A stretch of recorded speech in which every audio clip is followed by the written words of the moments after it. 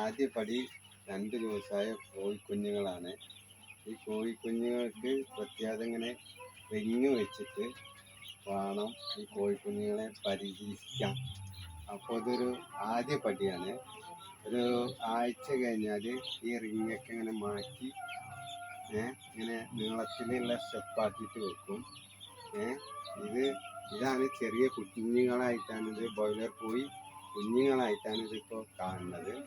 ഇതിൻ്റെ വലുത് ആകണമെങ്കിൽ ഒരു 10 ദിവസം അടുത്ത പടി കാണിച്ച് തരാം നമ്മൾ.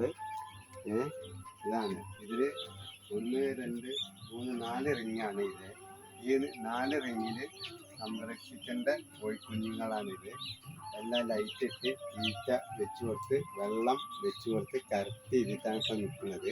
ഇതിൻ്റെ അടുത്ത പ്രൊസസ്സൻ ഇനി ഞങ്ങൾ തുടങ്ങുന്നത് കുറച്ചും കൂടി ഒരു 4 ദിവസം കഴിഞ്ഞിട്ട് അടുത്തത് വിട്ടയക്കും.